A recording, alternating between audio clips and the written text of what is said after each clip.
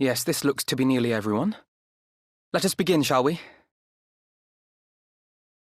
Though I am usually the first to hold forth at such events, I think on this occasion that honour should fall to you. They would be more inclined to take the word of the Warrior of Darkness. Indeed. In light of the subject matter, who better than thee to speak these truths?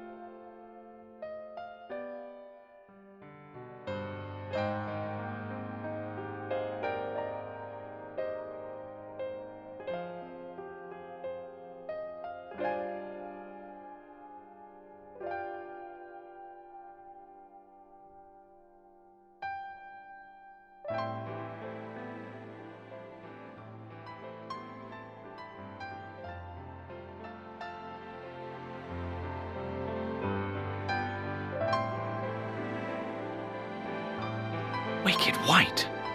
The Warriors of Light did all that? So they never... I mean, they only ever wanted to help. And when everything they'd done turned to ash, they still carried on. They gave everything to stop the flood. First their lives, then their souls. And they managed it too, in the end. They saved us. And we cursed their names.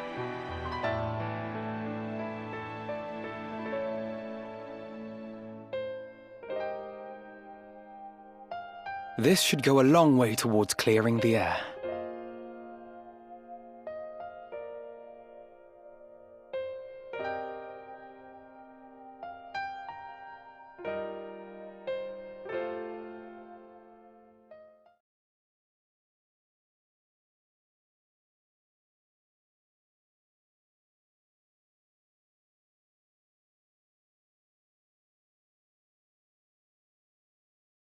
Impossible.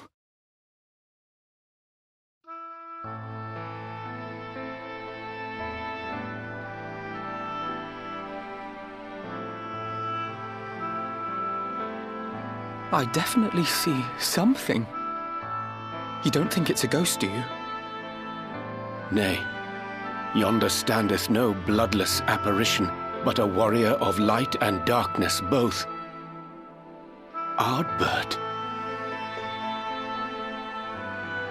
What in the world?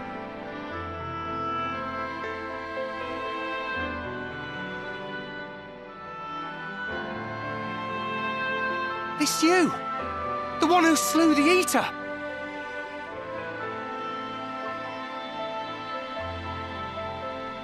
That it should be the Warrior of Darkness who brought the truth to light. You've saved me a fair bit of time, though I have a few words of my own to say, if I may.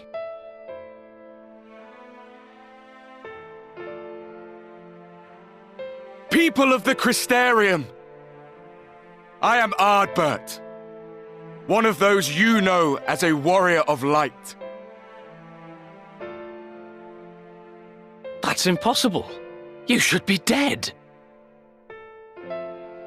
Aye, that I should. But as the world has been given new life, so too have I. I know not why I, and I alone, have been gifted this chance. But I do know this. Only by the will of the star itself could such a miracle come to pass.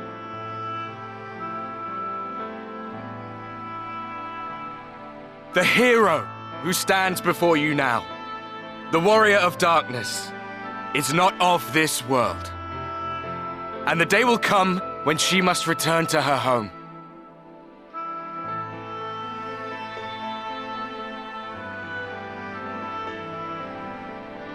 But this land is our home. And if it is to remain so, now and forevermore, it is we who must protect it. The time to rely on saviors from afar has passed. It is you who must rise. You who must become the new warriors of light! What? Us? Warriors of light?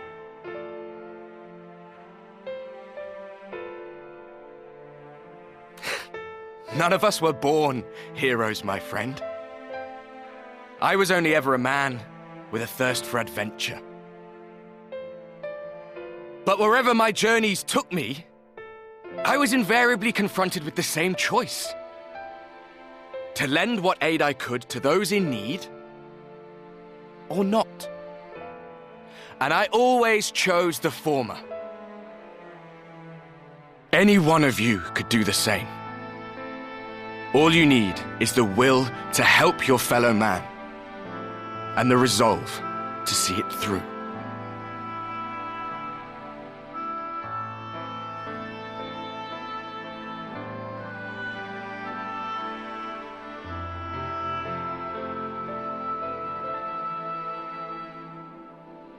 From thine own lips did we learn of Ardbert's fate, and by thy countenance I gather thou art not inclined to recant thy testimony.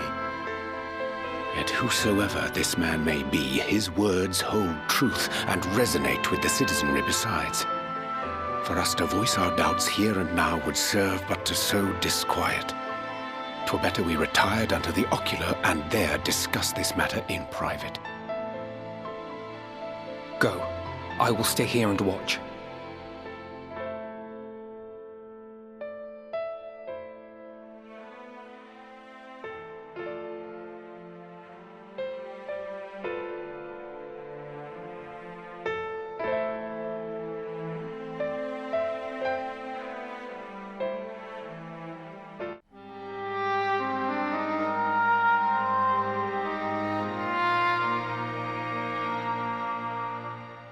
So, that is a warrior of light of the first.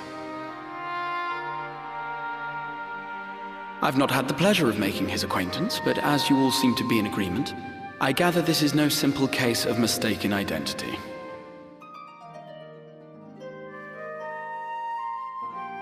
As far as I was able to discern, that was indeed Ardbert. It has been a long time, but not that long. Could he truly have been resurrected as he claims?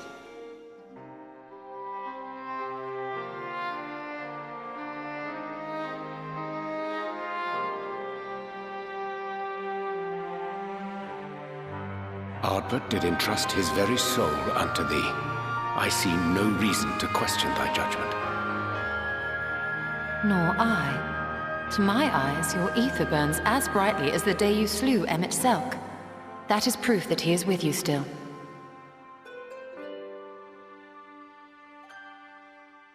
Yet that which standeth now before the people is far more than a passing imitation.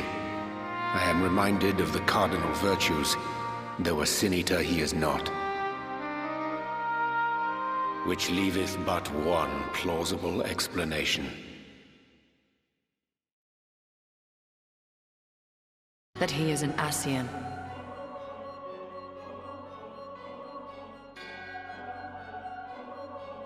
Given their fondness for posthumous possession, I would have to agree. From what I understand, the Warriors of Light were laid to rest in Yulmore by those whom they had aided in life. At the time, some few still remembered them as heroes. Needless to say, 4 of them were subsequently exhumed to serve as the virtues. And if one knew where to look, Ardbert too would not have been difficult to find. Assuming then that this is indeed the work of an Ascian, my mind inevitably turns to the last remaining paragon to survive the Sundering.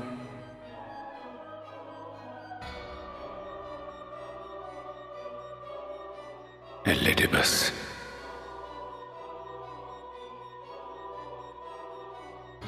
That Xenos hath reclaimed his own flesh is known. Thus evicted from his borrowed form, and cognizant no doubt of Emet-Selk's failure here in the first, 'tis quite possible the emissary chose Ardbert for his next vessel. Inhabiting the flesh of the fallen? My, that is unsavory. And they do this often, you say? Verily, for they possess no corporeal forms of their own. In what one may term their natural state, none save those gifted with the echo can perceive them. Indeed, when Elidibus intruded upon the waking sands, his presence did go unmarked by all save Minfilia and the Warrior of Light. On that occasion, I myself remained ignorant of his coming until after his departure. It was only at a later juncture, when he deigned to appear before me in borrowed flesh, that I was finally able to take the measure of him. In such puppetry do the Ascians engage when they seek to influence the course of history. And they have gained much by it. Emet-Selk single-handedly built the Garlean Empire in this manner, while the Hebrea came close to conquering Eorzea, having taken possession of Thancred's living body. Yet it must needs be noted that the Ascians cannot avail themselves of all mortal vessels.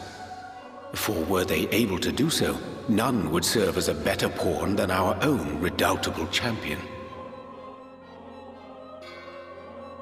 Mayhap the blessing of light shieldeth Hydaelyn's chosen from Ascian influence. Or mayhap other forces are at work. We cannot say for certain. Whatever the reason, I hope it holds true. I dare not contemplate what might come to pass otherwise. Is it not peculiar, then, that Ardbert's mortal remains should be susceptible, given that he was once a warrior of light? Or did the final departure of his soul make it possible, perhaps? Regardless, to hear an Ascian use him to call forth new warriors of light boggles the mind.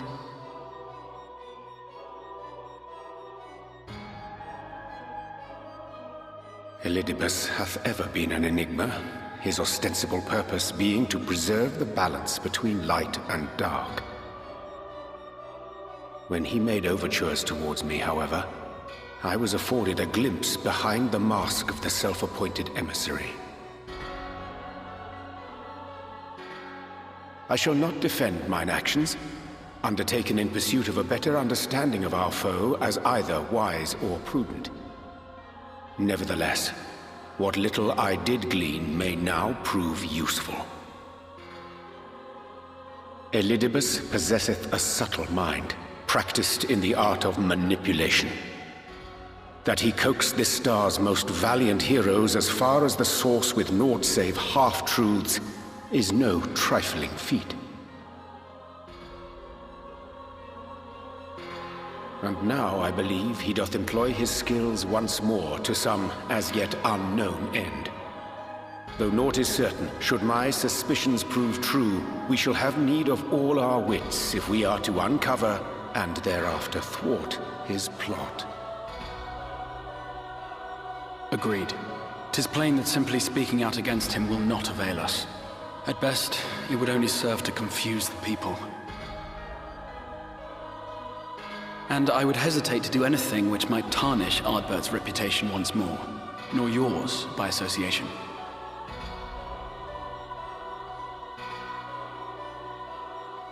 That being the case, it may be wise to keep a covert eye on this Ardbert's movements, as we attempt to discern his purpose and how best to mitigate his influence.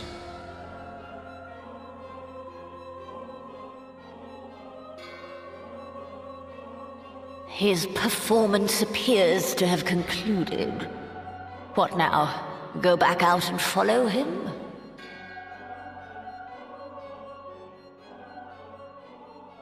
It would appear Master Alphino already hath pursuit in mind, and I suspect one pair of eyes shall better serve our cause than half a dozen.